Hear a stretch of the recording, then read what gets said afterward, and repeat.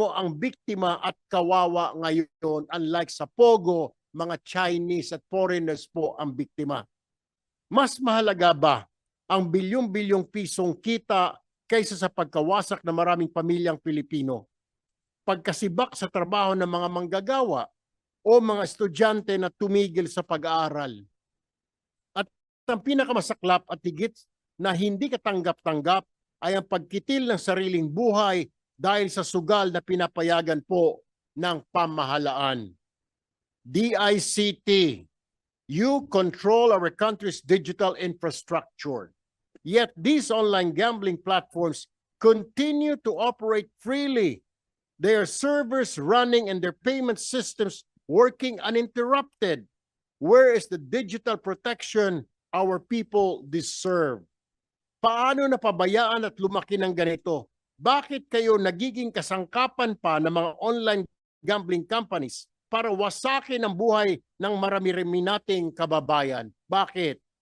To our law enforcement agencies, how many times have we seen raids announced only for these illegal operators to pop up again the next week, the next month, sometimes in the very same location?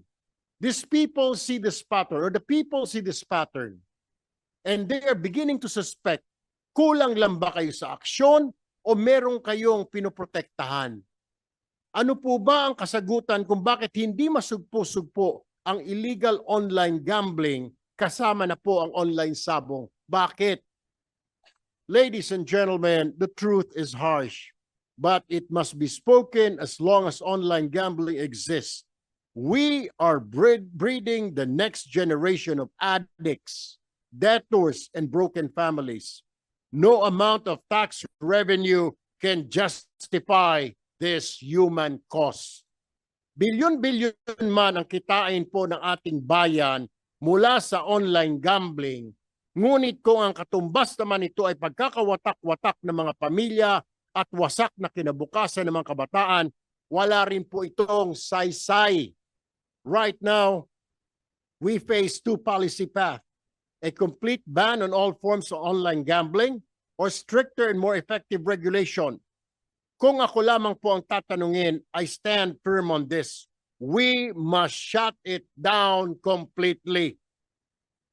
Ban it, criminalize it, block every platform, seize every server, and prosecute not only the operators but also the enablers in government and in the private sector who profit from this misery. Nevertheless, as the chairperson of this panel, I will be open to hearing the positions of all stakeholders who are responsible and affected by this industry. But let this committee send a strong message. The Philippines will not be a playground for gambling syndicates, whether foreign or local, legal or illegal. Our youth are not for sale. Our families are not collateral damage. We are legislators sworn to protect the people, and in the face of this crisis, there is only one moral choice, ladies and gentlemen: end online gambling now.